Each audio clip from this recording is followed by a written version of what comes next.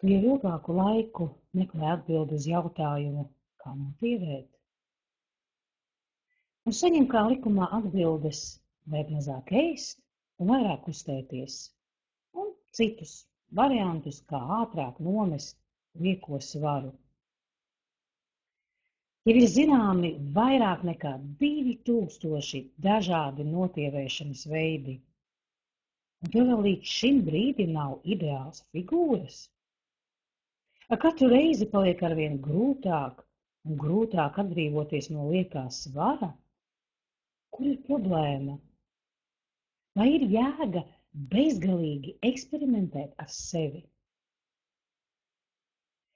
Cik reizes ir bijis tā, tu redzi kāda cita satriecošus rezultātus un pats iededzies no pārliecības, ka arī tev šoreiz izdosies. Tu ej uz savu mērķi.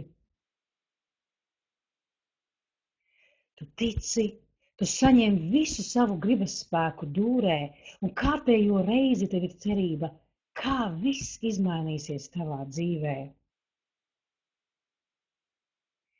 No sākuma viss iet labi, bet ar katru dienu vēl vairāk sāk vilkt pie ledusskapja, fiziskajām aktivitātēm vairs nepietiek laika, draugi savaldzina ar dažādiem gardumiem, mājinieki sāk uztraukties par tevi un atrunā no tādām diētām, un tu padodies. Tu vaino sevi, ka esi norāvies, uzskati, ka tev nav gribas spēka, uzskati sevi par slinku, es tik ilgi noturējos, bet te, un tu meklē veidu, kā, lai saņem sevi rokās. Dažreiz tev izdodas nomest svaru, bet tas atkal atgriežas. Tu skaties uz to cilvēku fotogrāfijām, kuri ir notievējuši un saproti, ka kaut kas ar tevi nav kārtībā. Visi apkārt tievē, bet tu nē. Un tu atkal dodies paša iedarbīgākā, liekā svara nomešanas veida meklējumos.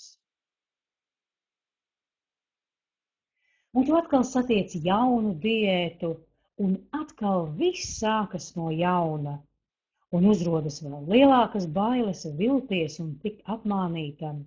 Tu katru vakaru soli sev, ka apēdīsi to pēdējo reizi, ka no rītdienas saņemsi sevi rokās. Tu katru rītu atliec pastaigas, bet dziļi sevī tu nepārstāji cīnīties.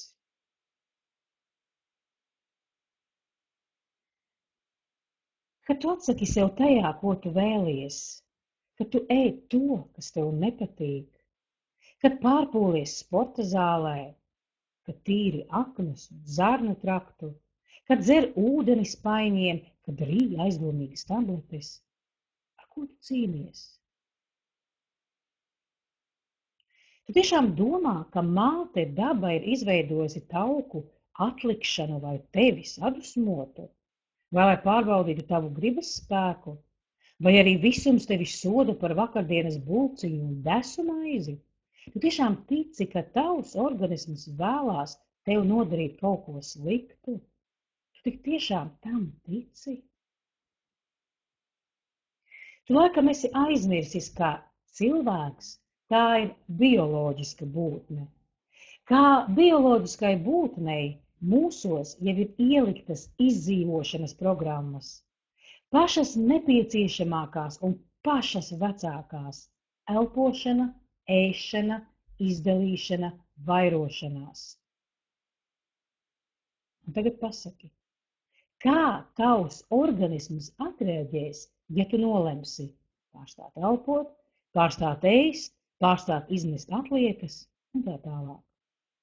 Pareizi. Viņš sāks pretoties. Viņa uzdevums ir kontrolēt mūsu eksistenci. Un tieši tāpat viņš pretojās svara nomešanai, ja uzskata, ka tas ir nepieciešams. Mūsu organisms neko tāpat vien nedara. Kaut kas notiek, kas liek organismam uzkrāt ūdeni un taukus. Un pār to valda bioloģiskās smadzenes, kuras valda arī pār mūsu ķermeni, nevis mūsu apzinātās vēlmes.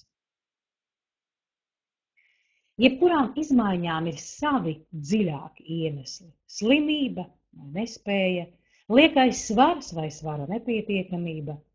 Jebkuras izmaiņas ķermenī – tā ir adaptācija pie tiem pārdzīvojumiem, kuri bija vai ir. Un novācot iekšējo problēmu, mēs ļaujam organismam pašatjaunoties. Organisms vēlas mums palīdzēt, ir tikai nepieciešams saprast, kāds dzīves notikums noveda pie šāda stāvokļa, kas iedarbināja svara uzņemšanu, ko domā organisms, kad uztur lieko svaru.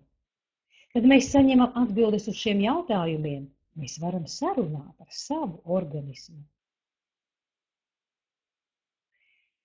Un tāpēc sevis apzināšanās skola ir izveidojusi kursu tieši jums un nosaukusi to par liekā svara bioloģiju. Šis kurs palīdzēs izprast patiesos nepievēršanas iemeslus. Viņš palīdzēs izprast, kāpēc svars atgriežas, palīdzēs saprast, kur ir jāmeklē liekā svara uzņemšanas iemesls, ko darīt, lai svars normalizētos. Izdari šo atklājumu sev un normalizē savu svaru.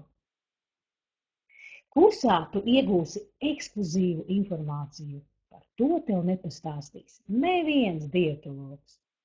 Tikai sevis apzināšanās skolā tu uzzināsi par liekā svara bioloģiju. Tāpēc reģistrējies kursam jau tagad un uzzini vairāk.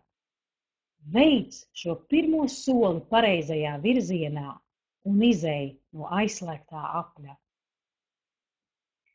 Izmanto dabas gudrību, izmanto tos resursus, ko mums ir iedevusi māte daba. Mani sauc Iluta Rekule, un es jums novēlu vieglumu gan dzīvē, gan arī ķermenī.